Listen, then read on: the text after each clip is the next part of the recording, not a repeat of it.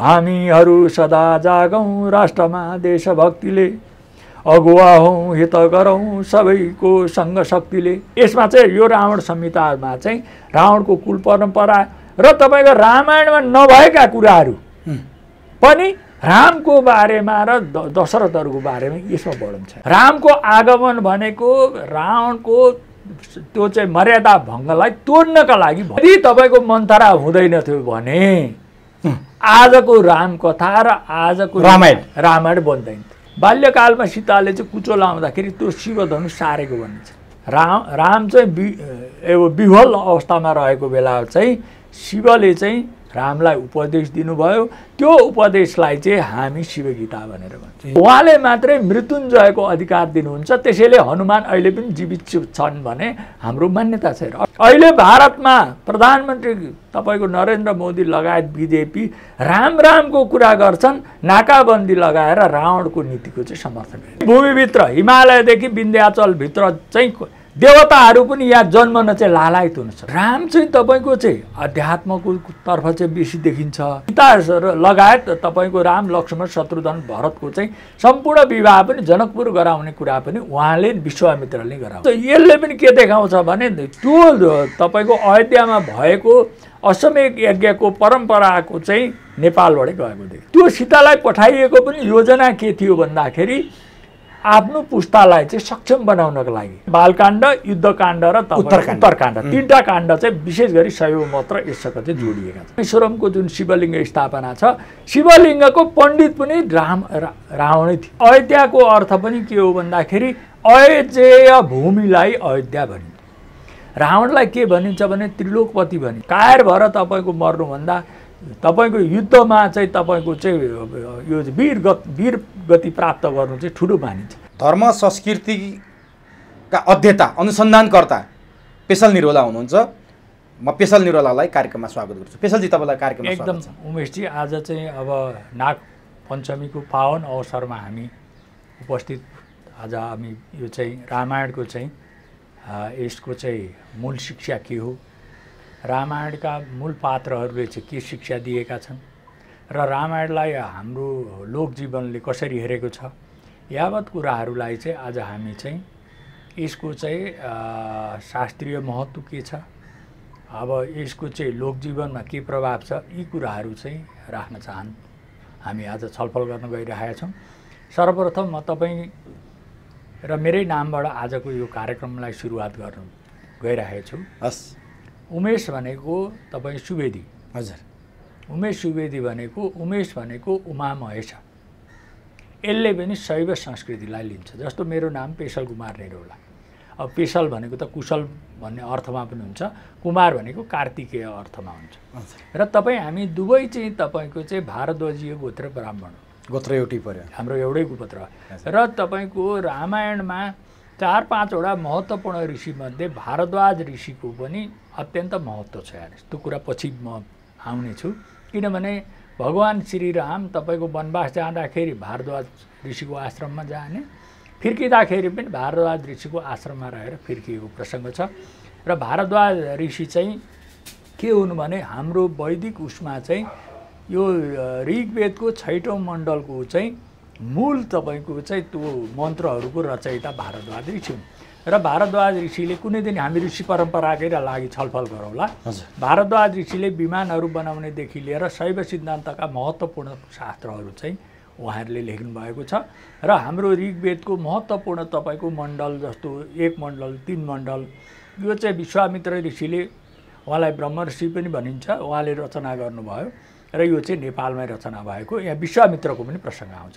त्यसैले आज यो चाहिँ यिनै ऋषिहरूको परम्परालाई नै ऋषि र यज्ञ परम्परा हाम्रो 3टा छ उमेशजीहरू, मन्त्र, हजुर, तन्त्र, हजुर र यन्त्र। यो कुरा बुझ्नु छ। यसलाई अझै बुझ्ने गरी अब यो बुझ्ने गरी मन्त्र भनेको सिद्धान्त हो। हजुर। जस्तो कुनै मान्छे वैष्णव हो कि शैव हो भन्ने कुरा त्यसको चाहिँ के ज्ञान प्रणाली बोक्छ त्यो आधारले बुझिन्छ। शैवको ज्ञान प्रणाली भिन्न छ, वैष्णवको ज्ञान प्रणाली भिन्न छ, बौद्धको ज्ञान प्रणाली भिन्न छ। यद्यपि तिनै सनातनका शाखाहरू। र उमेशजी के हो भन्दाखेरि हाम्रो वैदिक परम्परा चाहिँ के हो भन्दाखेरि पदार्थिक ज्ञानबाट प्राप्त हुने परमार्थिक ज्ञान नै हाम्रो वैदिक परम्परा हो। र एउटा तपाईँलाई छ, हाम्रो तपाईँको यो हिम्मत खण्डको चाहिँ महत्त्वपूर्ण शिक्षा के हो भने हिम्मत खण्डले चाहिँ परम स्वतन्त्रतामा नै परम आनन्दता चाहिँ ग्रहण गर्छ। जस्तो परम स्वतन्त्रता भनेको के हो भने अर्थ, धर्म, संस्कृति, राजनीति यावत कुराहरूले चाहिँ विदेशी र विधर्मीहरूबाट हामी स्वतन्त्र रहेर आफ्नो मौलिक परम्परामा चाहिँ हामी कायम रहन चाहन्छौँ। हामी गरिब हौँला, हामी अप्ठ्यारोमा हौँला, हामी हिम्मत खण्डका मान्छेलाई दुःख होला, तर हाम्रो स्वतन्त्रताको मूल्यका लागि हाम्रा पुर्खाहरूले चाहिँ तपाईँको चाहिँ आफ्नो यो चाहिँ फ्रिडम कस्ट भन्छ अङ्ग्रेजीमा, त्यो फ्रिडम कस्टका लागि पटक पटक लडाइँ लडेका छन्। र स्वतन्त्रता नै हाम्रो चाहिँ यो वैदिक परम्परा र नेपाली परम्पराको चाहिँ मूल धर्मको चाहिँ स्पन्दन हो हेर्नुहोस्। त्यसैले यो परतन्त्रता भनेको चाहिँ त्यसलाई महादुःख भन्छ। जस्तो भारतीयहरू परतन्त्रमा रहे, चिनियाहरू परतन्त्रमा रहे, त्यसलाई हाम्रो वैदिक परम्पराले महादुःख भन्छ। त्यसैले त्यसले मूल तत्त्वलाई त्यो दुःखमा त हामी परेनौँ, कसैको परतन्त्रमा र तपाईँको अयोध्याको अर्थ पनि के हो भन्दाखेरि अयोध्येय भूमिलाई अयोध्या भनिन्छ। त्यो दृष्टिकोणले पनि अयोध्याको मूल भूमि पनि हामी नै देख्छौँ, जसलाई कसैले विजय गर्न सकेन, जसलाई कसैले तपाईँको चाहिँ यो चाहिँ पराजित गर्न सकेन। त्यसैले अयोध्याको अर्थले पनि यो चाहिँ कहाँसम्म पर्छ भने उमेशजी हिमालयदेखि विन्ध्याचल पर्वतसम्म पर्छ। हामीले योभन्दा अगाडि तपाईँसँगैको अन्तर्वार्तामा जो अहिले भाइरल पनि भएको छ, तपाईँको त्यो अन्तर्वार्तामा मैले सिमाना हाम्रा यी हुन् भनेर पारेको छु। विन्ध्याचल पर्वत चाहिँ के छ भन्दा गङ्गाको चाहिँ किनारमा अवस्थित, यो चाहिँ तपाईँको चाहिँ उत्तर प्रदेशको मिर्जापुर नजिक चाहिँ गङ्गाको नजिकमा छ। यसको उत्तरी पाटोले चाहिँ त्यो हुँदै नेपालसम्म चाहिँ त्यो चाहिँ विदाउट हिमालय बेगरको चाहिँ पहाडी श्रृङ्खला हो। र त्यसको चाहिँ दक्षिणी पाटोमा चाहिँ दक्षिण भारतसम्म फैलिएको छ यो पहाडी श्रृङ्खला हो। त्यहाँ चाहिँ विन्ध्यावासिनी देवीको मन्दिर छ। त्यही सतीदेवीको अङ्गपतन पनि यो ठाउँमा भएको छैन। त्यहाँ शिवको मन्दिर, रामको मन्दिर पनि ठुलो छ। त्यसैले यो हिमालयदेखि योसम्म क्षेत्र नै अयोध्या हो। यो प्रधानमन्त्री ओलीले जे बोल्नु भएको छ त्यो बल पुर्याउने तथ्य प्रमाण भनेका यिनी हुन्। अरे अयोध्या हो। र तपाईँको चाहिँ यहाँ चाहिँ हामीले अहिले चाहिँ जस्तो तपाईँको हाम्रो यो पदार्थिक ज्ञान भनेको चाहिँ हाम्रा पञ्चमहाभूत तपाईँको चाहिँ पृथ्वी, तेज, वायु, अग्नि, आकाश छ। अब यसलाई हामीले चाहिँ तपाईँको चाहिँ गणेश, सूर्य, देवी, शिव र विष्णुको रूपमा पुज्छौँ। हामी पाञ्चायन पनि भन्छौँ। जस्तो दक्षिण के अरे पश्चिम नेपालमा चाहिँ पाञ्चायनका ठुल्ठुला मन्दिरहरू खस्कालीन बनेका पनि छन्। त्यसैले यो हाम्रो चाहिँ यो चाहिँ के हो भन्दाखेरि यसको चाहिँ मूल हर्ता कर्ता चाहिँ धर्ता चाहिँ को हो भन्ने त्यसलाई नियन्ता पनि भन्छ। यसको मूल तत्त्व नै शिव तत्त्व हो। हजुर। त्यसैले रामायणले पनि मूल शिव तत्त्वको पाठलाई नै शिक्षालाई नै अगाडि बढाएको छ। र ऋषि महर्षिहरू सबै त्यहाँ त्यसरी जोडिन्छ। यही भूमिभित्र हिमालयदेखि विन्ध्याचलभित्र चाहिँ देवताहरू पनि यहाँ जन्मन चाहिँ लालायत हुन सक्छ, लालायत हुन खोज्छन्। त्यसैले यो चाहिँ नेपाल चाहिँ त्यसो भए एउटा गीत छ नि, जहाँ ढुङ्गा ढुङ्गामा देवताको बास छ, जहाँ थुम्का थुम्कामा स्वर्गको आवाज। एकदम त्यो भनेकै तपाईँको भने यही तपाईँको चाहिँ हिमालयदेखि विन्ध्याचलसम्मको भूमि हो। यो भूमि भनेको के हो भने अध्यात्मको भूमि, ऋषिमुनिहरू तपोभूमि, ज्ञान भूमि, शिव र शक्तिको भूमि। र यो कैलाशदेखि विन्ध्याचलसम्मको पर्वतसम्मको यो देवभूमि पनि भनिन्छ। यहाँ सम्पूर्ण तपाईँको शास्त्र ज्ञानदेखि लिएर सम्पूर्ण शास्त्रहरूका मूल उहरू नै यी रचना भएका हुन्। यसैभित्र बुद्ध जन्मिए, यसैभित्र राम जन्मिए, यसैभित्र शिव र शक्तिका विभिन्न स्वरूपहरू, शक्तिपीठहरू छन्। यसैभित्र जनक जन्मिए। अब म तपाईँलाई यहाँनिर कहाँनिर जोड्न चाहेँ भने जस्तो अहिले हामी यो बहसलाई किन केन्द्रित गरिरहेछौँ भने जब राम र अयोध्याको विषय चाहिँ आयो, मुख्य यो बहस हुनुको कारक त त्यही हो नि त। त्यो कुरामा किन विवाद गर्ने, निर्विवाद हाम्रो यो भन्ने तथ्य प्रमाण तपाईँहरूले राखिराख्नु भएको छ। अब यो पटक पटकका अन्तर्वार्तामा तपाईँले भनिराख्नु भएको छ, हामी कहाँ मात्रै होइन अन्य सञ्चार माध्यममा पनि तपाईँ बोल्दै आउनु भएको छ, जस्टिफाई पनि गर्दै आउनु भएको छ। अब मान्छेहरूमा के हुनसक्छ कौतूहलता भनेपछि अहिले नयाँ पुस्ताले धर्मग्रन्थमा धार्मिक कुराहरूमा मन त्यति लगाएको र ती अध्ययन अनुसन्धान गरेर देखिँदैन। अब आज भनिदिनुहोस् तपाईँले यति विवाद उठेपछि अब रामायण त्यसपछि आएर रावण जनक अश्वमेध यज्ञ यी सबै यो रामायण अयोध्याभित्रकै कुराहरू हुन्। तर जब राम भए जब दशरथ भए जब चाहिने यो सबै सीता जनक सबै पात्र आइसकेपछि नै रामायण भएको हो। अब भनिदिनुहोस् तपाईँले दशरथ को थिए, दशरथबाट रामहरू कसरी जन्मे, त्यो अश्वमेध यज्ञ के थियो त्यहाँसम्म आउँछु। सबभन्दा पहिला दशरथ को थिए त्यहाँबाट जाउँ। एकदम तपाईँको यो चाहिँ के देखिन्छ भन्दाखेरि मूल 3टा चिजको पहिले अलिकति परिचय गराएर। हजुर। जस्तो तपाईँको मिथिला भनेको चाहिँ के हो भनेदेखि वैदिक ज्ञानको केन्द्र हो। हेर्नुहोस् र तपाईँको यो चाहिँ अयोध्या भन्नुहोस् राम राज्य भन्नुहोस्, अब यो क्षेत्र चाहिँ यही ज्ञान केन्द्रको चाहिँ तपाईँको चाहिँ के देखिन्छ भन्दाखेरि यो चाहिँ प्रभाव र प्रसारको रूपमा चाहिँ देखिन्छ। र तपाईँको लङ्का चाहिँ के देखिन्छ भने पछिल्लो समय चाहिँ रावण र कुबेरको राज्य चाहिँ के देखिन्छ भने यो चाहिँ ब्रह्मसत्ता देखिन्छ। हेर्नुहोस् त्यस ब्रह्मसत्ता भनेको कस्तो? अब ब्रह्मसत्ता भनेको ज्ञानले शासन गरेको।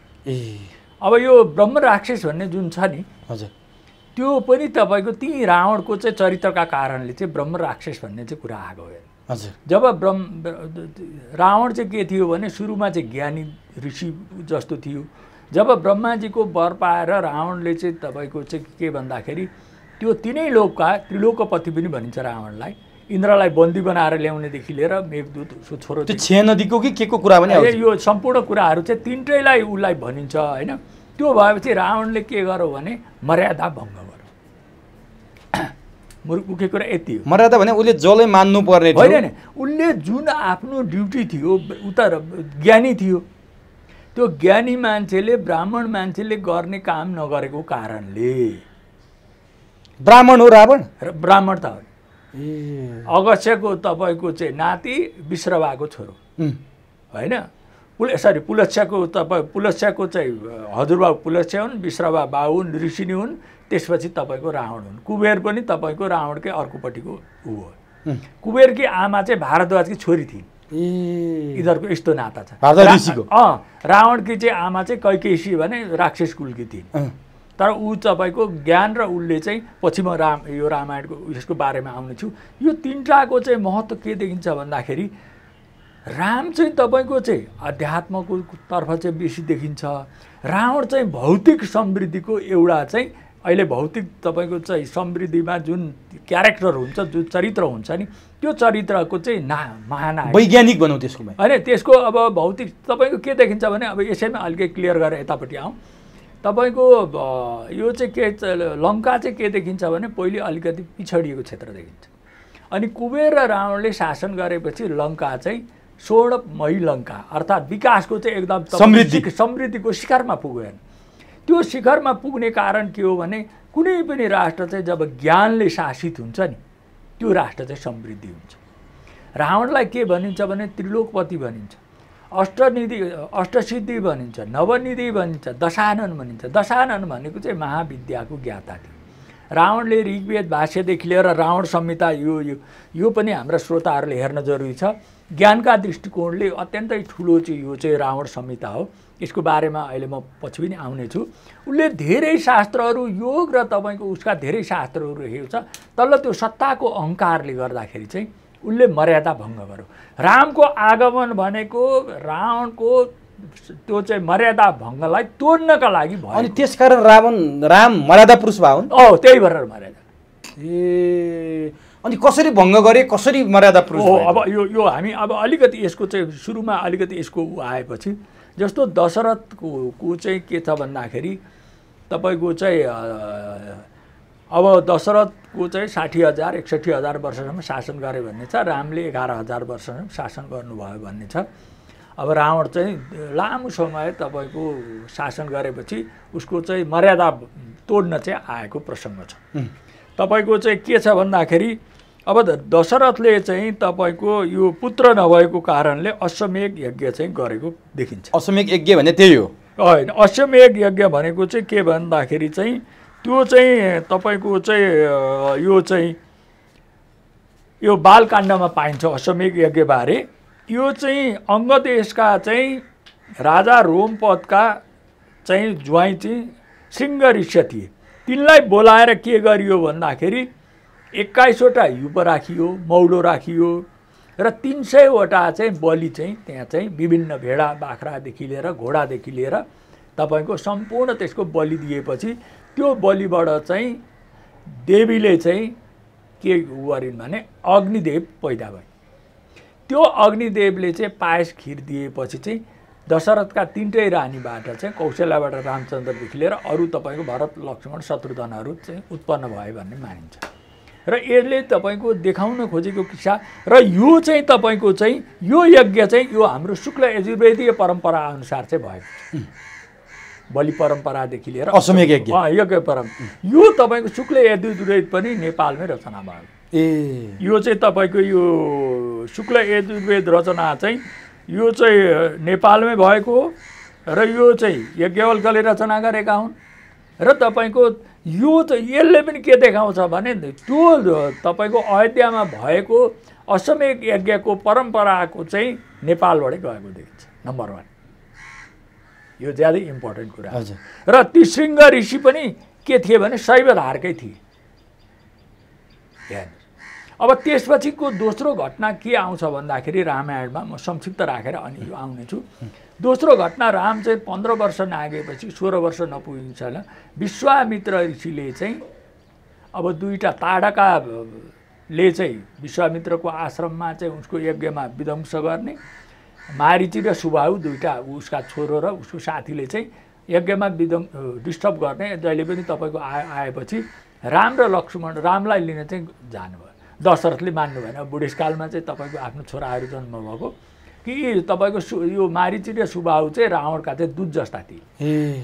अनि उसले चाहिँ यज्ञलाई चाहिँ डिस्टर्ब गर्नको लागि पठाइरहने, किन यज्ञबाट चाहिँ शक्ति हुन्छ। अस्त्र भनेको चाहिँ के हो भने मन्त्रबाट चाहिँ तपाईँको चलाउने आयुधलाई अस्त्र बन्छ। शस्त्र भनेको चाहिँ हातले चलाउने आयुधलाई, गदा सदा मुसल जस्तो दिव्यास्त्र ब्रह्मास्त्र। अनि त्यो ताडकाको वध भइसकेपछि तपाईँको चाहिँ त्यहाँ विभिन्न तपाईँको शास्त्रहरू पनि तपाईँको चाहिँ उहाँले चाहिँ त्यो शास्त्रहरू चाहिँ जति पनि शिवबाट आएका शास्त्रहरू छन्, शस्त्र अस्त्रहरू छन्, त्यो सम्पूर्ण चाहिँ रामलाई चाहिँ गर्नुभयो। बला र अतिबला भन्ने एउटा योग मन्त्र पनि दिनुभयो। त्यसले चाहिँ के भने कहिले पनि मान्छे नथाक्ने र कहिले असुरहरूले चाहिँ कुनै पनि तपाईँको उसलाई चाहिँ दुःख नदिने।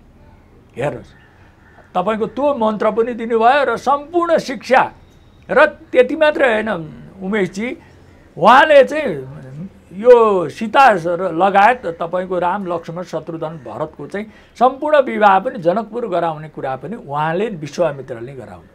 अब विश्वामित्र ऋषि भनेको चाहिँ ऋग्वेदको तेस्रो मण्डल लेख्ने जो हामी गायत्री मन्त्र भन्छौँ, त्यो मन्त्र पनि रोशी र कोशी दोभानमा नेपालमै लेखिएको। र तपाईँको के देखिन्छ भने अश्वमेध यज्ञबाट जो बलिबाट उत्पन्न जुन राम अनुभव त्यो ज्ञान पनि तपाईँको शैव सिद्धान्तकैसँग जोडिन्छ, त्यो शुक्ल यजुर्वेदीय परम्परासँग जोडिन्छ।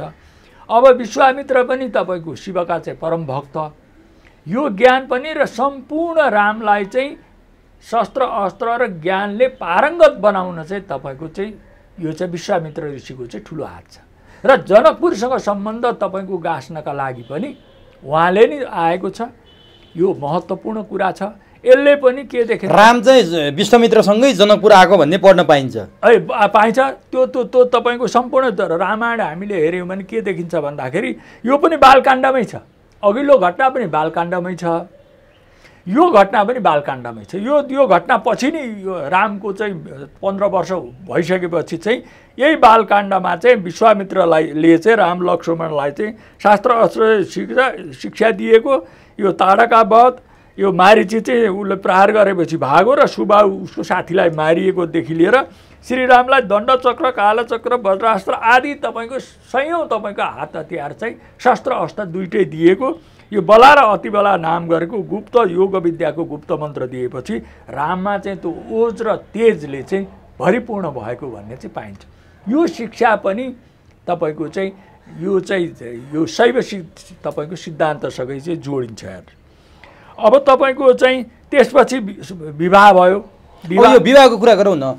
राम कुन सन्दर्भमा कसरी, त्यहाँ त शिवधनु उचाल्ने भन्ने एउटा किम्वदन्ती पनि सुनिन्छ। हजुर। राम चाहिँ खास त्यो शिवधनु उचाल्नको लागि र सीतालाई बिहे गर्नलाई त्यहाँ आइपुग्नु भएको थियो कि अरू कुनै त्योसँग कुनै कन्टेक्स्ट जोडिया थियो कि के कारण जनकपुरमा सीतालाई बिहे गर्न राम आइपुग्यो? अब तपाईँको यसको वास्तविकता के त विश्वामित्रले के भन्नुहुन्छ, जनकले चाहिँ ठुलो यज्ञ गर्दै हुनुहुन्छ। अब जनकको चाहिँ त्यहाँ शिवधनुष चाहिँ हामीले हेर्न जानुपर्छ। त्यो चाहिँ अत्यन्तै तपाईँको चाहिँ अब जनक त विभिन्न तपाईँको वंश परम्परा हो होइन, यी त पछिल्ला विदेही पछिल्ला जनक हुन्। तर आदि जनकले चाहिँ यसको तपस्या गरेको हुनाले जनकलाई ज्ञानी भनिन्छ नि, त्यो के हो जनक? त्यो अहिले आउँला तपाईँको चाहिँ। अनि त्यो तपस्या गरेको हुनाले देवता र शिव मिलेर चाहिँ शिवधनुष दिए। त्यो धनुष चाहिँ तपाईँको 5000 मान्छेले चाहिँ यताउता गर्नुपर्ने भन्ने खालको चाहिँ ऊ आउँछ होइन, अथवा त्यसलाई शक्तिशाली भनौँ। त्यो धनुष पनि पवित्र धनुष हामीले दर्शन गर्नुपर्छ भनेर चाहिँ त्यसलाई रामलाई उ गरिन्छ। र त्यो त्यहाँ के घोषणा हुन्छ भन्दाखेरि जसले शिवधनुष उचाल्छ, ताँदो चढाउँछ, त्यसलाई नै म छोडिदिन्छु। र तपाईँको एउटा इन्ट्रेस्टिङ कुरा के छ भन्दाखेरि बाल्यकालमा सीताले चाहिँ कुचो लाउँदाखेरि त्यो शिवधनुष सारेको भनिन्छ।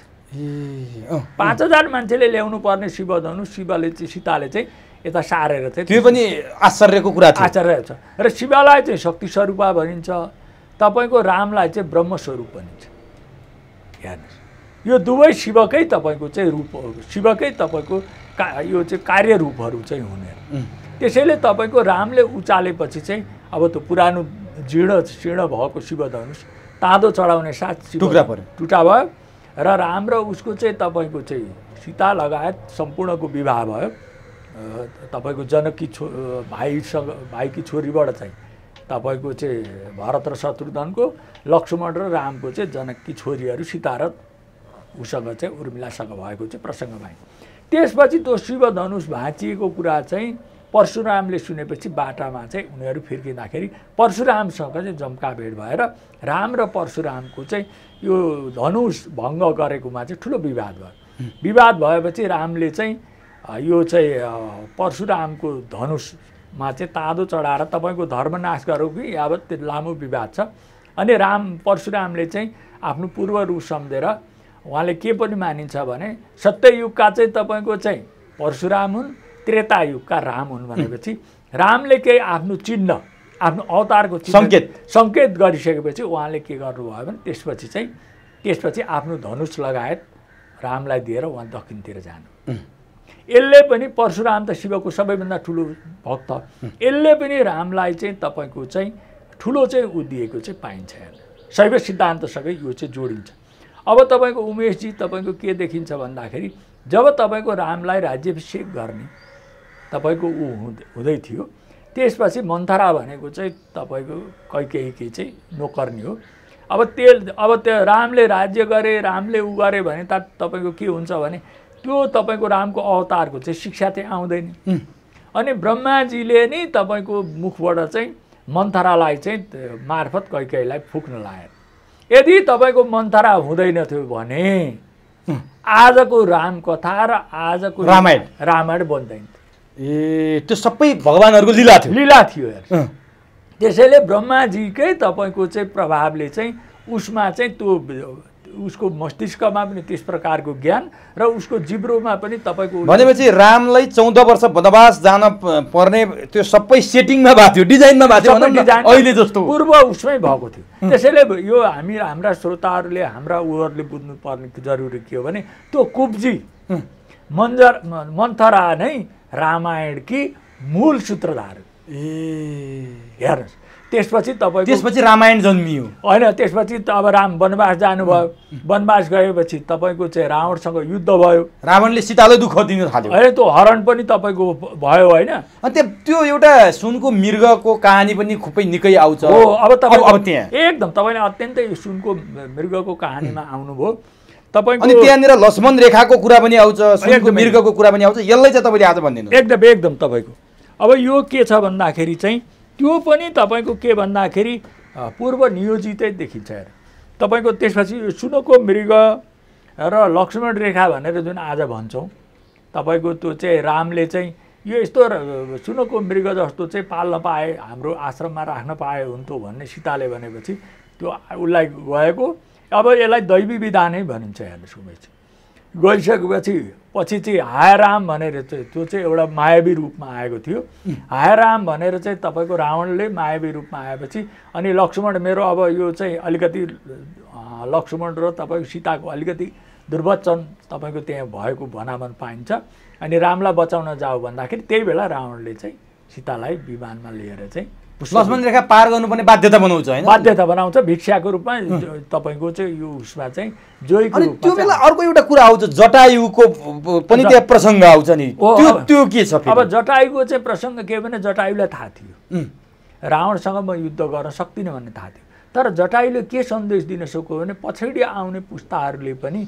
अन्यायको विरुद्ध लड्नुपर्छ भनेर आफ्नो प्राण चाहिँ त उ गरे पनि किन कायर भएर मर्नुभन्दा हाम्रो शैव सिद्धान्तमा उमेशजी के छ भने कायर भएर तपाईँको मर्नुभन्दा तपाईँको युद्धमा चाहिँ तपाईँको चाहिँ यो वीर गति प्राप्त गर्नु चाहिँ ठुलो मानिन्छ त्यसैले जटायुले आगामी पुस्ताका लागि लड्नुपर्छ भन्ने सन्देशका साथ रावणसँग लडेको र तपाईँको त्यो त्यसमा चाहिँ के भन्दाखेरि अब यो चाहिँ पछि चाहिँ राम आएपछि चाहिँ उसले प्राण त्याग गरेको देखिन्छ हेर्नुहोस् अब यही तपाईँको सीता परित्याग भएपछि चाहिँ राम चाहिँ विह्वल अवस्थामा रहेको बेला चाहिँ शिवले चाहिँ रामलाई उपदेश दिनुभयो त्यो उपदेशलाई चाहिँ हामी शिवगीता भनेर भन्छौँ यसको चाहिँ शिवगीतासँग पनि जोडिन्छ यो कहाँ लेख्यो यो पनि नेपालमै लेख्यो यो अब शिवगीता तपाईँको कैलाशकै केन्द्र हो यो कैलाशदेखि लिएर यो जति पनि ज्ञान छ अघि मैले जति पनि सिमाना छोडेँ यो त कैलाश भनेको त हाम्रो के भने सृष्टिको बिहानी हो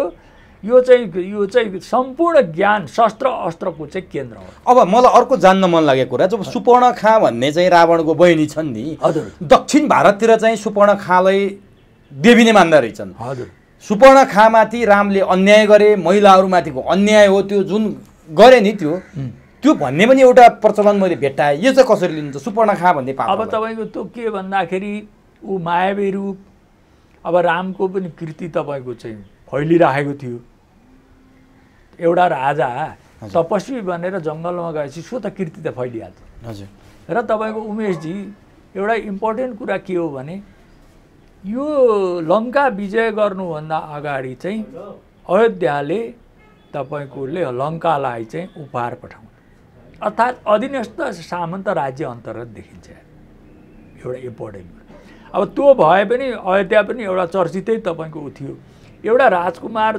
जस्तो मान्छे भोलि राजा हुनुभन्दा अगाडि चाहिँ अब तपाईँको जङ्गलमा चाहिँ एउटा तपाईँको साधुको भेषमा जोईको भेषमा एउटा चाहिँ हिँडेपछि त त्यसले जनमानसमा त एउटा शिक्षा त दियो नि भनेपछि त्यस्तो मान्छेसँग विवाह गर्न पाए त्यस्तो मान्छेसँग चाहिँ उसले सीताको बयान गरी रावण कहाँ गएर होइन अनि पछि गरिसकेपछि तपाईँको चाहिँ के भयो भन्दाखेरि लक्ष्मणले चाहिँ नाक काटेको अनि त्यसपछि चाहिँ त्यसको बदलाको स्वरूपमा तपाईँको सीता हरण गरेको त्यसपछि चाहिँ युद्ध भएको चाहिँ महिला अधिकार हनन भयो भनेर आज भनिन्छ भन्ने सुनिन्छ क्या त्यो पनि के हो भन्दाखेरि रावणबाट चाहिँ तपाईँको मर्यादाबाट चाहिँ तोड्नका लागि त ती घटनाहरू सामान्य हुन् कि हामीले मूल कथामा के छ त्यसलाई हामीले गर्छौँ अब यो कथामा यो घटनामा अर्को मुख्य पात्र हनुमान हनुमान पनि महत्त्वपूर्ण पात्र हो नि हनुमानलाई चाहिँ कस्तो पात्रको रूपमा आज्ञाकारी पात्रको रूपमा हेर्ने कि रामको कि अथवा एउटा भनाइ छ नि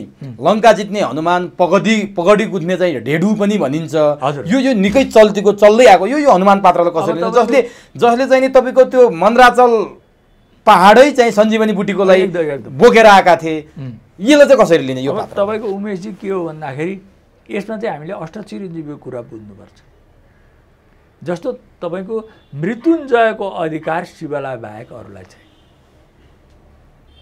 र हनुमान पनि अष्टचिरञ्जीवीमध्ये एक हुन् जस्तो महाभारतमा कर्ण छन् होइन र तपाईँको अष्टचिरञ्जीवी तपाईँको मध्ये चाहिँ एउटा महत्त्वपूर्ण पात्र हुन् ती पनि शिवकै तपाईँको ठुला भक्त हुन् र तपाईँको यो चाहिँ तपाईँको के हो भन्दाखेरि हनुमान जस्तो त्यहाँका वानरहरू जति पनि छन् ती सबै देवस्वरूप हुन् हेर्नुहोस् सेनै हुन् नि तिनका देव स्वरूप सेना हो देख्दा वानर रूपमा किनभने रावणले चाहिँ देवता यो सम्पूर्णलाई जित्छु अब मान्छे वानर जनावर यसले मलाई जित्न सक्दैन भने जुन रावणले वरदान माग्दाखेरि मागेको थियो त्यसैले देव स्वरूपमा आउनु भएन वानर स्वरूपमा आउनु पर्यो रामले पनि तपाईको विष्णुले पनि तपाईको चाहिँ यो चाहिँ मानव उसमा आउनु पर्यो नभए त रावणलाई जित्नै सक्दैन किन इन्द्रलाई नि बन्दी बनाएपछि तपाईको मेघदूतले इन्द्रलाई रावणको छोरा इन्द्रले मेघदूतलाई बन्दी बनाएपछि इन्द्रजित भन्ने पदवी पाएको छ हेर्नुस् तपाईको त्यो चाहिँ के छ भन्दाखेरि यो चाहिँ के भन्दाखेरि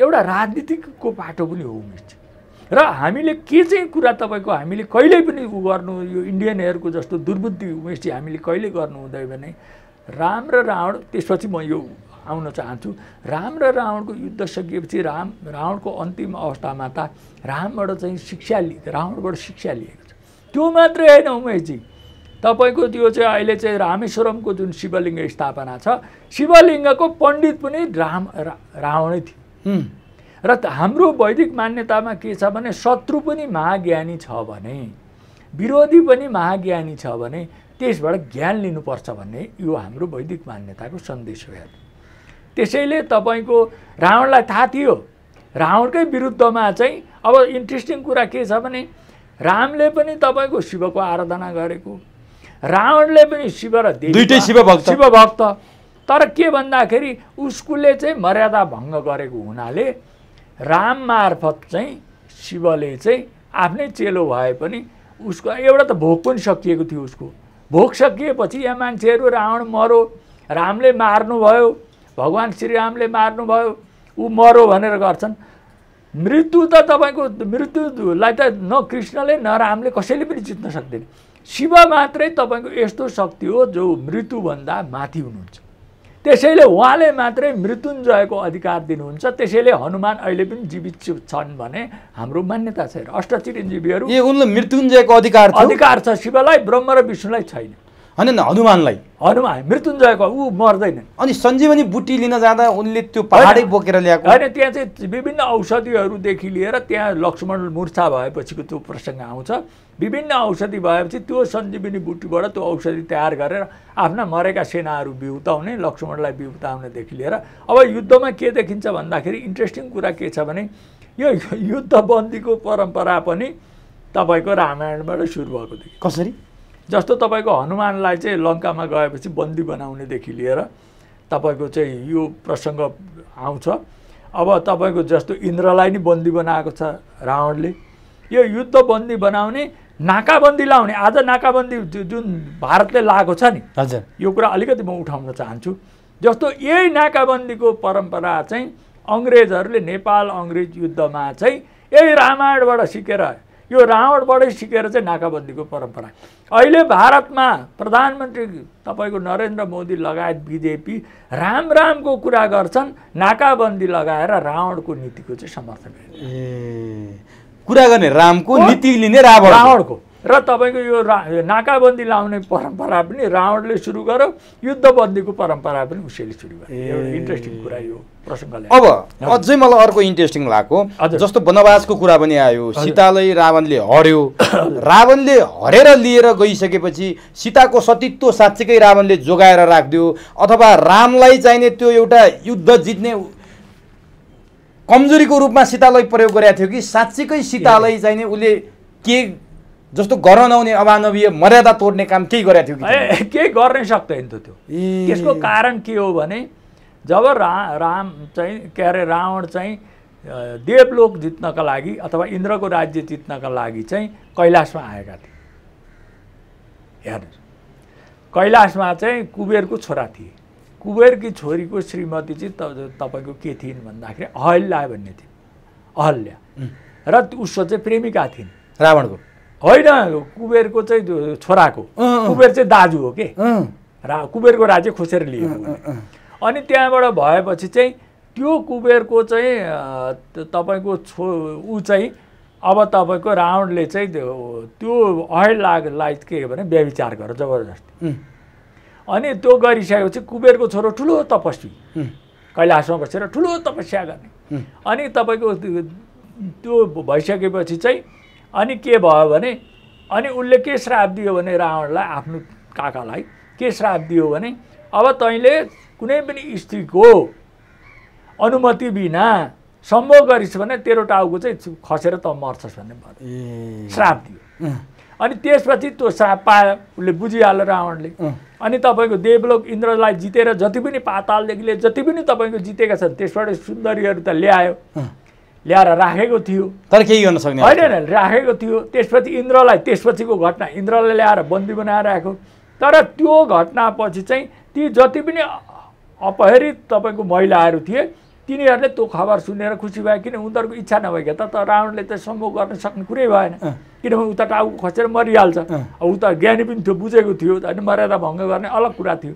अनि त्यो भइसकेपछि सीतालाई मात्रै नभएर रावणले पाताल लोकदेखि लिएर जति जितेर जति नारीहरू ल्याएको थियो ती नारीहरूलाई रावणले छुन सक्ने स्थिति नै थिएन।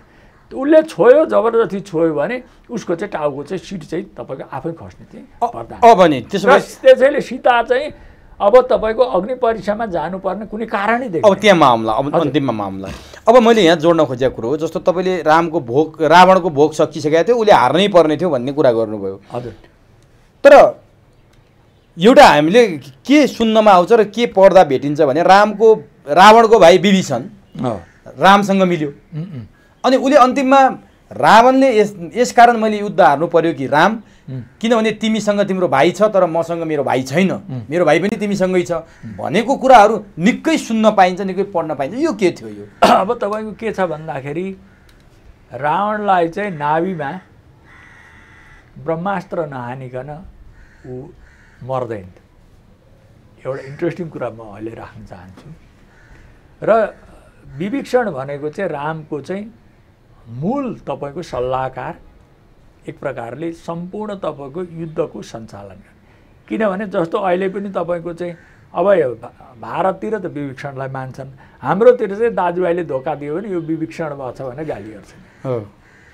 हेर इन्ट्रेस्टिङ कुरा, एउटा इन्ट्रेस्टिङ हाम्रो समाज अर्कै छ तपाईँको उयो। अनि त्यो हतियार चाहिँ तपाईँको के रहेछ भन्दाखेरि रावणको चाहिँ गोप्य ठाउँमा रहेछ, जस्तो यस्तो पिलर जस्तो भन्नुहोस्, नाभिमा हान्ने हतियार, नाभि हतियार। त्यो चाहिँ कतै भन्दाखेरि उसलाई मात्रै, विभीषणलाई मात्रै थाहा रहेछ कि। अनि उसले चाहिँ त्यो हतियार तपाईँको चाहिँ भाउजू मार्फत कहाँ छ हतियार भन्दाखेरि त्यही उसमा छ, त्यो पिलर जस्तो ठाउँमा तपाईँको राखेको छ भन्दाखेरि अनि त्यहाँ फुटाएर चाहिँ त्यो हतियार ल्याएपछि अनि त्यो हतियारको प्रयोग गरेर रावणकै हतियार प्रयोग गरेर रामले प्रयोग, रावणकै भाइ मार्फत रावणको हतियार ल्याएर चाहिँ रावणको मारिएको छ। र तपाईँको रावणलाई के कुरा थाहा थियो भने दुई तिनवटा कुरा हामीले बुझ्नुपर्छ। एउटा त तपाईँको त्यो तपाईँको रावणलाई मार्ने यज्ञ नै रामले गर्दाखेरि मूल पुरोहित भएर पनि उसले बुझेको छ, नम्बर 1। नम्बर 2, युद्धको अन्तिम समयमा चाहिँ उसले चाहिँ शिवसँग चाहिँ गुनासो गरेको चाहिँ मन्त्रहरू छन् रावणले।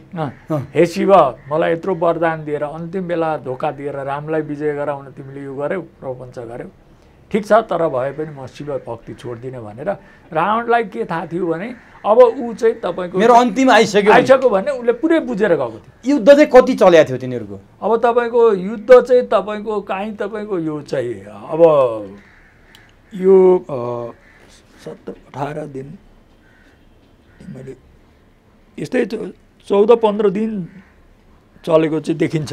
अन्तिममा कसरी चाहिँ विजय गरे रामले? अब यो के देखिन्छ भन्दाखेरि रावणले चाहिँ के बुझिरहेको थियो भने रामसँग चाहिँ मारिँदाखेरि मात्रै ती सम्पूर्ण उसका आफ्ना पक्षधर चाहिँ सेनाहरू चाहिँ स्वर्गमा जाने, अथवा यो कुकर्मबाट ईश्वरबाट मारियो भने जस्तै तपाईँको मोक्ष प्राप्ति हुने चाहिँ तपाईँको चाहिँ यो चाहिँ हाम्रो परम्परा छ। त्यसैले उसले जानिकन रामबाट मारिन ऊ चाहेको थियो। त्यहाँ जति पनि मारिए ती मान्छेहरू मारिदिए, ती सबै स्वर्ग गए, रावण पक्षका। यतापट्टि जति पनि थिए यिनीहरूलाई तपाईँको फेरि तपाईँको कुनै एउटा तान्त्रिक उसले छर्किएपछि ती वानर स्वरूप जति सबै देवताको रूपमा चाहिँ फेरि स्वर्ग गयो भन्ने मान्यता छ। कसरी मारिया थियो रावण? अब यो तपाईँको कसरी मारियो भन्दाखेरि उसले चाहिँ त्यही अस्त्र प्रयोग गरेर रामले चाहिँ रावणलाई मार्नुभयो र मारिएपछि अन्तिममा चाहिँ तपाईँको उसबाट शिक्षा पनि लिएको छ।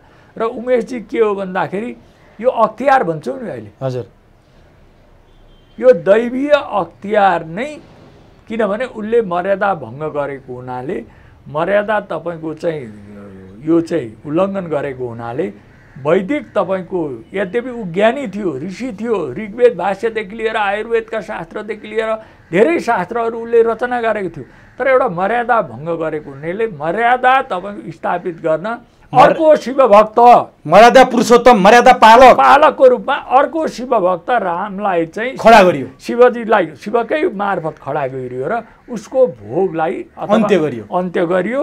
र यसले हामीलाई के सन्देश दिन्छ? हो, यसले हामीलाई के सन्देश दिन्छ भन्दाखेरि यी दुवै सबै उहरू यी सम्पूर्ण हिन्दूहरूकै एउटा प्रवृत्ति हुन्। र एउटा हाम्रो दुईटा शब्द हामीले बुझ्नुपर्छ उमेशजी, एउटा निवृत्ति प्रवृत्ति भन्छ, एउटा तपाईँको प्रवृत्ति हुन्छ। राम भनेको निवृत्ति प्रवृत्ति, अध्यात्मको, जसलाई ब्रह्म भनिन्छ रामलाई, शिवलाई अब प्रकृति र पुरुष पनि भन्ने सन्दर्भ छ, शिवलाई शक्तिको स्वरूप भनिन्छ।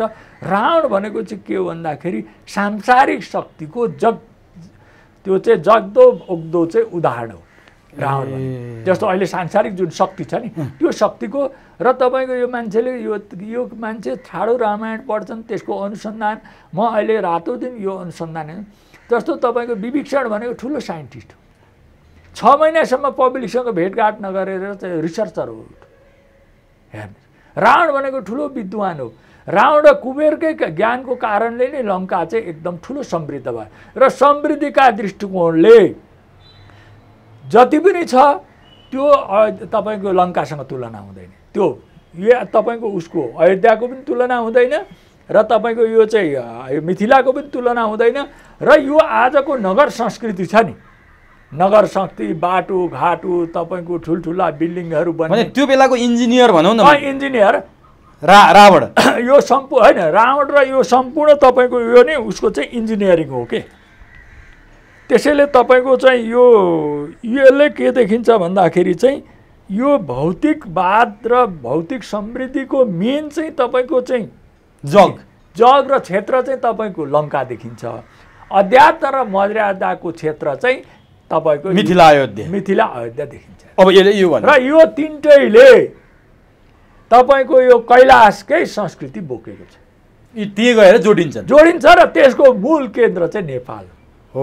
आजको कार्यक्रमले त्यही कुरो भन्छ। अब रावणलाई रामले जिते, अनि रावणलाई जितिसकेपछि सीतालाई फिर्ता ल्याए त्यहाँबाट कि पहिले लिइसकेको थियो? होइन, जितिसकेपछि ल्याइयो। अनि त्यसपछि किन सीताजीले पातल जानु पर्यो? अब एकदम किन सीताजीले अग्नि परीक्षा दिनु पर्यो? हजुर, यो भनिदिनुहोस्। अब एकदम तपाईँको यहाँ के छ भने राम चाहिँ लङ्का विजयपछि फिर्किएपछि ऋषिहरूले चाहिँ अनि चर्चा भयो, रामले के भन्नुभयो, त मैले राक्षसलाई जितेर आएँ, यस्तो भने यो चाहिँ तपाईँको उत्तरकाण्डमा छ। यसको बारेमा वर्णन श्रोताहरूले उत्तरकाण्डमा 3टा काण्डको बारेमा आज मैले स्पेसल तपाईँको जोड गर्छु। एउटा तपाईँको चाहिँ बालकाण्ड, एउटा अयोध्याकाण्ड, एउटा उत्तरकाण्ड। यो विशेष गरी यसको बारेमा चाहिँ हाम्रो श्रोताहरूले बुझ्न, युद्धकाण्ड, अयोध्याकाण्ड होइन, बालकाण्ड, युद्धकाण्ड र उत्तरकाण्ड, 3टा काण्ड चाहिँ विशेष गरी शैव मत र यससँग चाहिँ जोडिएका छन्। र तपाईँको चाहिँ त्यो भइसकेपछि अनि सम्पूर्ण ऋषिहरूले तपाईँको रावणको कुल परम्परा जनाइयो। जुन कुल परम्पराको बारेमा चाहिँ रावण संहितामा चाहिँ धेरै कुराहरू छ। यो रावण संहिताको बारेमा पनि अलिकति म राख्नेछु। यसमा चाहिँ यो रावण संहितामा चाहिँ रावणको कुल परम्परा र तपाईँको रामायणमा नभएका कुराहरू पनि रामको बारेमा र दशरथहरूको बारेमा यसमा वर्णन छ। हाम्रो त तपाईँको त विरोधीले लेखेको शास्त्र पढ्ने परम्परा आयो। अब तपाईँको योग वासिष्ठ भनेको चाहिँ तपाईँको यो चाहिँ के हो भन्दाखेरि रामायणको पनि महाराज। यसमा के छ? हो, यसमा चाहिँ के छ भने योग वासिष्ठ भनेको मूल गुरु हुन्। र यहाँ चाहिँ के छ भने रामको अवतार कसरी भयो भने भारद्वाज, विश्वामित्रदेखि लिएर तपाईँको जति पनि ऋषिहरू छन् ती ऋषिहरू राखेर चाहिँ रामको अवतारको उद्देश्य यो भनेर आत्मास्वरूप राम भनेर तपाईँको अब हामीले योभन्दा अगाडि रामायणको पनि महारामायण हो। जस्तो तपाईँको हामीले जुन रामको चाहिँ रमन्ते योगिनो स्मृति इति राम अर्थात् जसको नाम जपले नै योगीहरू चाहिँ रमाउँछन् भन्ने। जस्तो रामायणको अर्थ के हो भने अयन हो। अयन भनेको चाहिँ धाम हो, तीर्थ हो, जीवन चरित्र हो, रामको जीवन चरित्र नै तीर्थ नै रामायण हो भन्ने पनि मानिन्छ। र यसले नै चाहिँ रामको अवतारको बारेमा स्पष्ट तपाईँको व्याख्या गरिसकेर आएको छ। अब यो तपाईँको रामायण चाहिँ तपाईँको पछि के आयो भने रामले चाहिँ तपाईँको विजय हासिल गरेपछिको अथवा राम वनवासदेखि लिएर रामको चाहिँ कथा चाहिँ लोकमा चाहिँ फैलिसकेको थियो। त्यो लोकमा फैलिएको कथालाई चाहिँ वाल्मिकी रामायणले चाहिँ काव्यमा चाहिँ रचना गर्नु। अब नि यो हो वाल्मिकी रामायणले त्यसलाई काव्यमा रचना गरेर लोकले आज गाउँछ रामायण गाउँछ। हो, तर मैले जान्न खोजेको कुरा चाहिँ के हो भने अलिकति यसमा राख्नु। त्यसपछि रामले अश्वमेध यज्ञ गर्नुभयो। अनि तपाईँले के गरे भने सम्पूर्ण योले जितेर आएपछि गर्नुभयो अश्वमेध यज्ञको दुईटा कारण छ। एउटा चाहिँ रावण चाहिँ अब तपाईँको चाहिँ मर्यादा भङ्ग गरे भने ब्राह्मण कुलको थियो, ब्राह्मणलाई अवध भनेर भनिन्छ, वध्य अब हत्या गर्न नहुने होइन। अनि जस्तो इन्द्रलाई पनि ब्रह्म तपाईँको हत्याको दोष व्रात्य भन्छ, ब्रह्म हत्याको दोष लागेपछि इन्द्रले पनि यो चाहिँ अश्वमेध यज्ञ गरेको देखिन्छ। रामले पनि दुईटा कारणले, एउटा चाहिँ अब आफ्नो आगमनको तपाईँको समाप्ति चाहिँ अब ह्यान्डओभरका लागि पनि हो होइन, यसको म राख्न चाहन्छु। एउटा चाहिँ ब्रह्म हत्याबाट पनि मुक्त हुनको लागि पनि हो। हेर्नुहोस्, यो कारणले पनि हाम्रा श्रोताहरूले बुझ्नु के जरुरी छ भने रामले गरेको अश्वमेध यज्ञको मूल उद्देश्य त्यहाँ दुईटा अश्वमेध यज्ञ हुन्छ। तपाईँको पहिले दशरथले गरेपछि राम लगायतको चाहिँ जन्म हुन्छ। यो अश्वमेधले चाहिँ ब्रह्म हत्याबाट प्रायश्चित गर्ने र अर्को कुरा के भने राम सत्ता हस्तान्तरण गरेर फेरि विदा हुने कार्यक्रम पनि थियो। अब तपाईँ अश्वमेध यज्ञपछि यो अश्वमेधको घोडा चाहिँ लवकुशको कुरा आउँछ, लवकुशसँग आउँछ र लवकुशले चाहिँ त्यो अश्वमेध यज्ञसँग गएका मान्छेहरूसँग चाहिँ सेनासँग उनीहरूले लडेर जित्छन् र त्यो अश्वमेधको घोडा चाहिँ कुशले चाहिँ समात्छन्। यो बेलामा राम र लवकुशको चाहिँ बाउ छोरा भन्ने चिन्जान होइन। त्यसपछि राम आफै युद्ध गर्न जानुभयो। युद्ध गर्न जाँदाखेरि घोडा कसले समायो भनेर युद्ध गर्न जानुभयो? होइन, घोडा समातेपछि त जानु पर्यो नि त युद्ध गरेर। आफ्नो सेना त हारे नि त, सुरुको सेना त हारे नि होइन। हारिसकेपछि चाहिँ त राम जानु लाग्दाखेरि अनि सीता र वाल्मिकीले चाहिँ परिचय गराएपछि युद्ध टर्यो र एक प्रकारले नत्र बाउ छोराको युद्ध हुने अवस्था थियो। र तपाईँको यहाँ के देखिन्छ भने यसको किन यस्तो बनाइयो, यसको सङ्केत हो। अब के भने जस्तो सीतालाई एकदम तपाईँले राम्रो प्रश्न हुनु, सीतालाई चाहिँ तपाईँको वनवास किन पठाइयो भने त्यो राम राज्यका लागि चाहिँ उत्तराधिकारी तयार पार्नका लागि। जसरी विश्वामित्रले राम र उसलाई चाहिँ तपाईँको लङ्का जित्नका लागि शस्त्र अस्त्र जति सम्पूर्ण लिएर तयारी भएको छ, त्यस्तै तपाईँको रामको पछि चाहिँ ह्यान्डओभर गर्नका लागि यो सत्ता हस्तान्तरण गर्नका लागि चाहिँ वाल्मिकीले ज्ञान धनुर्विद्या लगायत सम्पूर्ण कुरा चाहिँ एउटा योद्धाको रूपमा चाहिँ दुवै लवकुशलाई तयार गरेको। अनि लवकुशले घोडा गरिसकेपछि चाहिँ अनि राम र उसको परिचय भएपछि तपाईँको वाल्मिकी लगायत चाहिँ तपाईँको सीता जानु भएन, वाल्मिकी लगायत त्यहाँ जानुभयो।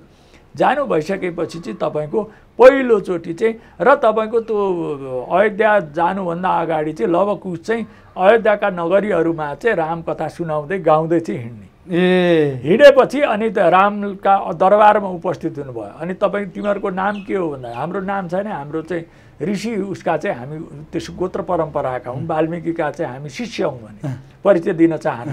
अनि स्वर्ण दिन खोज्दा पनि हामी अब ऋषि कुलमा जन्मेको हुनाले यस्तो धन सम्पत्तिको हामीलाई लोभ छैन भनेर त्यो प्रसङ्ग आउँछ। आइसकेपछि पछि तपाईँको के अरे वाल्मिकीले चाहिँ सीतालाई लिनुपर्छ भन्दाखेरि रामले मान्नुभयो। हो, त्यहाँनिर किन रामले अग्नि परीक्षा गर्न लाउनु भयो? एउटा महिलाको फेरि अग्नि परीक्षाको तपाईँको यो के भन्दाखेरि त्यो तपाईँको अनि त्यो चाहिँ रामले किनभने पहिले नि धोबीको कुराले लोक अपवाद भएर चाहिँ सीता जानु, त्यो सीतालाई पठाइएको पनि योजना के थियो भन्दाखेरि आफ्नो पुस्तालाई चाहिँ सक्षम बनाउनको लागि राजा राम, श्रीराम भगवान् श्रीराम, वाल्मिकी र जनकको चाहिँ तीनजनाको चाहिँ सहयोगमा चाहिँ आज नेपालको जुन वाल्मिकी आश्रम छ त्यो वाल्मिकी आश्रममा पनि लवकुशलाई चाहिँ रामको कथादेखि लिएर तपाईँको शस्त्र अस्त्रको ज्ञानदेखि लिएर सम्पूर्ण कुराको ज्ञान पनि यही भूमिले दिएको र सर्वप्रथम राम लक्ष्मण लगायत जति पनि छन् त्यो उहाँहरूले पनि लवकुशबाट नै नेपाली भूमिकै तपाईँको ज्ञान लिएका लवकुशबाट नै राम कथा सुनेको पाइन्छ। अब तपाईँको उमेशजी के हो भने अग्नि परीक्षा भनेको के हो भन्दाखेरि त्यसपछि सीताले के गरिन् भने भूमिमा 3टा समाधि हुन्छ, यो इम्पोर्टेन्ट हो। अब तपाईँको यसलाई चाहिँ शैवले त्यति राम्रो मान्दैन, त्यसको बारेमा अहिले चर्चा नगरौँ। एउटा जल समाधि हुन्छ, एउटा भूमि समाधि हुन्छ, एउटा अग्नि समाधि। सीताजीले चाहिँ भूमि समाधि। अब त्यसपछि सीताजीले के हे सीते अब पनि मेरो परीक्षा लिने भनेर चाहिँ उ गरेपछि अब मलाई चाहिँ भूमि हे सीते अब मलाई चाहिँ ल्याऊ भनेपछि अब तपाईँको सीता जमिन मुनि गइन्। नेपालमै हो भन्ने कुरो छ त्यो होइन? नेपाल अब त्यो अघि मैले जति क्षेत्र बाने नि हिम्मतखण्डकै क्षेत्रभित्र, तर यही चितवनमै हाम्रो चितवनमै सीता पातल गएको छ भनेर पनि यो पनि भन्ने छ। अब त्यसमा पनि विवाद नगरौँ। सीताजी चाहिँ भए पनि अहिलेको भारतमा भएको अयोध्या होस् हिमवत खण्डमै हो, हिमवत खण्ड र नेपालकै तपाईँको यो चाहिँ भूमिभित्र सीताजी जमिन मुनि जानुभयो। अनि राम के गर्नुभयो? यसलाई भूमि समाधि भनिन्छ। सीता प्रकृति स्वरूप हो अध्यात्म दृष्टिकोणले। अब त्यो के भने प्रकृति स्वरूप गएपछि रामको पनि अब के भने लीलाको जुन उहाँको उद्देश्य पुरा भयो। त्यसैले रामले चाहिँ त्यसपछि चाहिँ अब तपाईँको चाहिँ अब उहाँले चाहिँ सरयू नदीमा जल समाधि लिएर चाहिँ त्यसपछि सक्यो, यो अध्याय सकियो र रामायण लेखियो। होइन, रामायण त पहिले नै लेखिएको छ, पहिले पनि लेखियो। अब वाल्मिकीले लेखे यसपछि होला नि? होइन होइन, वाल्मिकीले त सीता तपाईँको ऊ हुँदैखेरि सीतालाई वनवास पठाउँदैखेरि नि जब लवकुश जन्म भए त्यही बेला लेखेर सकेर चाहिँ उठ गरे। अनि यसपछि के भयो? हो, अब यो चाहिँ लोककथा, यो चाहिँ काव्य, यो चाहिँ रामायण चाहिँ के भयो भने यसलाई शतावतार भनिन्छ। र यो रामकथाको मूल भूमि पनि नेपालै हो, किनभने यो चाहिँ यो वाल्मिकीकृत रामायण नै मूल रामायण हो। यहाँ अध्यात्म रामायणदेखि लिएर मसँग धेरै रामायणका किताबहरू। मूल भूमि नेपाल भयो, अन्त्य भूमि पनि नेपालै भयो। होइन, यो सम्पूर्ण भूमिको ज्ञानको उद्भव भूमि अरू परिधि मात्रै हुनु। अब म अन्तिममा छु। हजुर। अब अन्तिममा म यति कुरा गरिसकेपछि तपाईँसँग अब केही पात्रहरू जो योमा हुनुहुन्छ नि, जस्तै जनक, हजुर, अनि त्यसपछि आएर वाल्मिकी, हजुर, त्यसपछि लक्ष्मण, हजुर, यी पात्रहरू चाहिँ कस्तो पात्रहरूको रूपमा चित्रित हुनुभयो? यसलाई संक्षिप्तमा भन्छु। संक्षिप्तमा के भन्छु भन्दाखेरि अब जनक चाहिँ शुकदेवका गुरु हुन्। हजुर। जो ऊ चाहिँ तपाईँको वेद व्यासका छोरा। हजुर। यो चाहिँ भगवान् विष्णुको आदेशले जनकलाई गुरु मान्न। अनि ज्ञानीको रूपमा पनि चित्रित होइन, जनकलाई विधेयी भनिन्छ। र जनकको 2-3वटा कुरा हामीले बुझ्नु के छ भने जनककै दरबारमा वैदिक ज्ञानदेखि लिएर आज तपाईँको जति पनि संसारको अथवा हिन्दूहरूको ग्रन्थमा यो वेदको तपाईँको शास्त्रार्थ गर्ने परम्परा जनकपुरमै देखिन्छ, अन्त देखिँदैन। र तपाईँको याज्ञवल्क्यले चाहिँ शुक्ल यजुर्वेद रचना, अष्टावक्र गीतादेखि लिएर यावत तपाईँको उपनिषदका धेरै शास्त्रहरू जस्तो सुलभा भन्ने पात्र आउँछन्, सुनयना भन्ने पात्र पनि आउँछन्।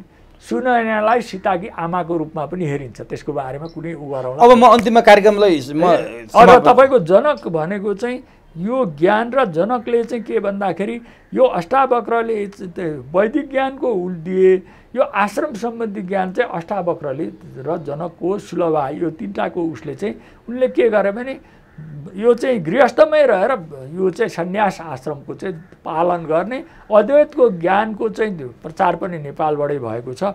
त्यसैले लक्ष्मण चाहिँ रामको चाहिँ बाह्य स्वरूप मानिन्छ, राम चाहिँ त्यो बाह्य स्वरूपको आत्मस्वरूप भनेर मानिन्छ। अब मैले अन्तिममा तपाईँसँग जान्न खोजेँ, यत्रो कुरा गरिसक्यो।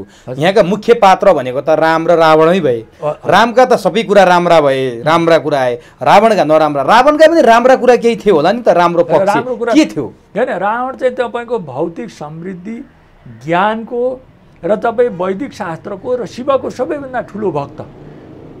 र शिव तपाईँ ब्रह्माजीले वरदान दिएको, वरदान हामीले राक्षसी रूप मात्रै हेर्यौँ नि त। राक्षसी रूप होइन उमेशजी, होइन त्यसरी हेरिन्छ कि समाज? होइन, समाजले गलत हो। राक्षस राज हो, रावणलाई राक्षस राज भनिन्छ। राक्षस भनेको फेरि तपाईँको अहिलेको त रक्षामिति राक्षस, यक्षामिति यक्ष भन्छ। रक्षामिति राक्षस भनेको जसले रक्षा गर्छ त्यो राक्षस हो। त रामायणमै लेखेको छ, रामायणको उत्तरको काण्डमा लेखेकै छ। तर नि रामका पनि जस्तो हामी यक्ष भनेको चाहिँ जसले पूजा गर्छ, नदीको पूजा गर्छ त्यसलाई यक्ष भनिन्छ, जसले रक्षा गर्छ त्यसलाई राक्षस भनिन्छ। राक्षस पनि नराम्रो होइन। अब नि मैले अन्तिममा यति सोध्छु अनि छुट्छु म तपाईँबाट। आज धेरै कुरा जानकारी पनि पाइयो। हजुर। जस्तै रामको पनि केही न केही अवगुण त थियो होला नि त? राम राज्य भनिन्छ त्यो छुट्टै छ, त्यो फेरि गरौँला। रामको पनि जस्तै सीतालाई अग्नि परीक्षा गर्न लगाउने होइन, धोबीको कुरा सुनेर त्यतै लाग्ने, यी रामका अवगुण होइन नि त। अब त्यो के भने मनुष्यको चोला लिएर जन्म लिएपछि मनुष्यमा हुने अवगुणहरू अवतारमा पनि देखिन्छ। त्यो मनुष्यको चोलाको चाहिँ के हो भन्दाखेरि त्यसको चाहिँ छाया, त्यो चरित्र चित्रण। किनभने त्यो त मनुष्यले गर्ने गल्तीहरू चाहिँ चाहे कृष्ण हुन् चाहे राम हुन्, सबैले मनुष्यले गर्ने गल्ती चाहिँ उहाँहरूले पनि गल्ती गर्नुपर्ने चाहिँ त्यो विधि विधान अनुसारै हुन्छ। सबै कुरा ईश्वरकै खटन पटन हो भनेर त्यो किनभने एउटा उमेशजी अन्तिममा म के राख्नु चाहन्छु भने यो संसारको सृष्टि शिवले गर्नुहुन्छ, जसलाई नियन्ता भनिन्छ होइन।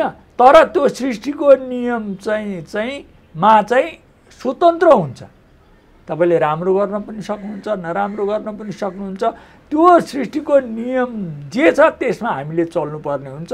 सृष्टिमा नियम भने दायाँ बायाँ हुनु मिल्दैन। र तपाईँको यो मनुष्य नर चोला लिएर बनिएपछि नरले गर्ने जति पनि कमजोरी छन् त्यो अवतारले पनि गर्न विवश हुन्छ।